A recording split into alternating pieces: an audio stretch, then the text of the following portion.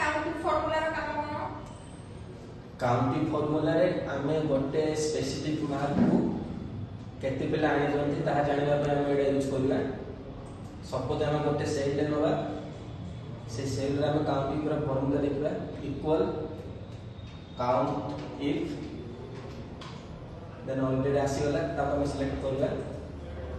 then range रे आमे total mark को सिलेक्ट करबा वाला पर देन कोमा तापर आमे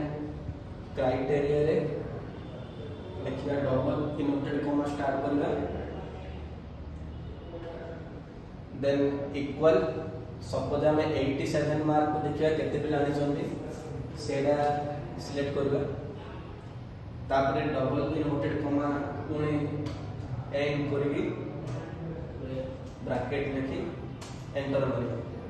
देखिले दुईटा पिला 87 मार्क आनी एमे तमे काउंटिंग रे जानिबो